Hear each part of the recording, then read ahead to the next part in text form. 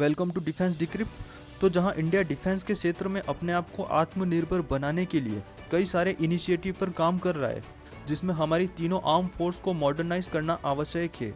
जिसके तहत हमारी तीनों सेनाओं के लिए नए से नए एडवांस वेपन की रिसर्च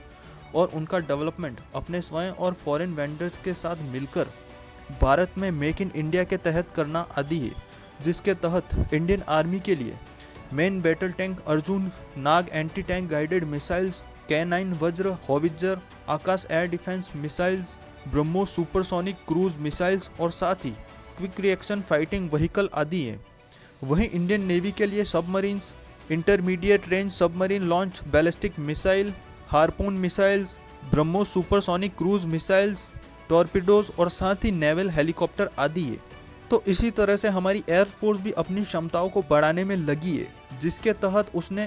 फ्रांस से 36 यूनिट्स राफेल के खरीदे और साथ ही हिंदुस्तान एरोनॉटिक्स लिमिटेड द्वारा निर्मित स्वदेशी एयरक्राफ्ट तेजस की खरीद करने से लेकर 5th जनरेशन फाइटर एमका की डेवलपमेंट और MRF डील, जिसके अंतर्गत इंडियन एयरफोर्स की घटती हुई फ्लीट को स्टेबल रखने के लिए फॉरेन वेंडर से मीडियम रोल फाइटर एयरक्राफ्ट का मेक इन इंडिया के तहत प्रोक्योरमेंट करना आदि है। तो इसी से रिलेटेड चौंकाने वाली और चिंताजनक न्यूज़ निकलकर हमारे सामने आई है। दरअसल इंडियन एयरफोर्स को चाइना और पाकिस्तान की चुनौती से निपटने के लिए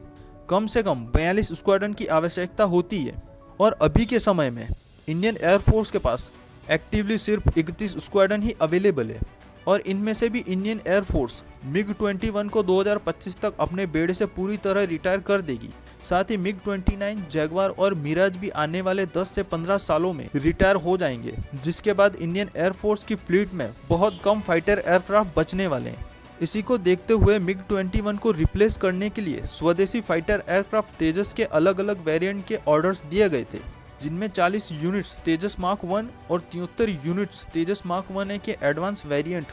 और 10 ट्रेनर एयरक्राफ्ट थे।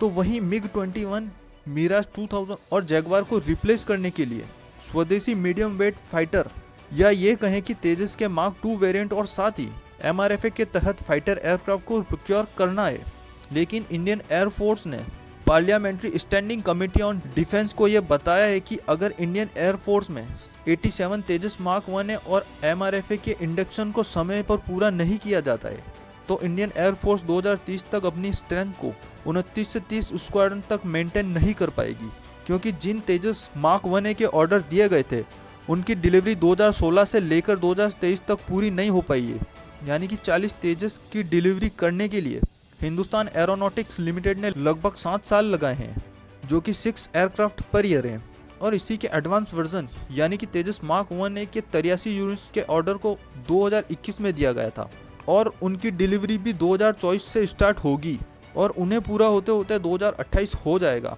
यानी कि 83 यूनिट्स को डिलीवर करने में कम से कम 7 वर्षों का समय लगने वाला है, यानी कि लगभग 12 यूनिट्स पर ईयर। इसी तरह से MRF डील को इस साल या फिर अगले साल के शुरुआत तक कर लिया जाता है तो इसके प्रोसेस को पूरा होते होते कम से कम 3 से 4 साल लगने वाले हैं और ये डील फाइनल हो भी जाती है तो पहले मेड इन इंडिया फाइटर के रोल आउट होते होते कम से कम 4 से 5 साल लग जाएंगे। तो इन सारी प्रॉब्लम्स को देखते हुए इंडियन एयरफोर्स तेजस मार्क 1A की 50 यूनिट्स के और ऑर्डर दे सकती है, जिसमें MRF और तेजस मार्क 2 का जो डिले होने वाला है उससे एयरफोर्स का कम से कम नुकसान हो। साथ ही हिंदुस्तान एरोनॉटिक्स लिमिटेड ने भी इन डिलेस की पॉसिबिलिटी को देखते हुए 2021 में तेजस की एक और प्रोडक्शन लाइन ओपन की थी। बेंगलुरु की जो तेजस डिवीजन है उसमें लगभग 10 तेजस पर ईयर का प्रोडक्शन रेट है। साथ ही नए प्लांट में भी हेल शुरुआत में लगभग 6 एयरक्राफ्ट पर ईयर की रेट से तेजस के 6 यूनिट का प्रोडक्शन करेगी, जिससे आगे चलकर बढ़ाकर 8 से 10 यूनिट पर ईयर।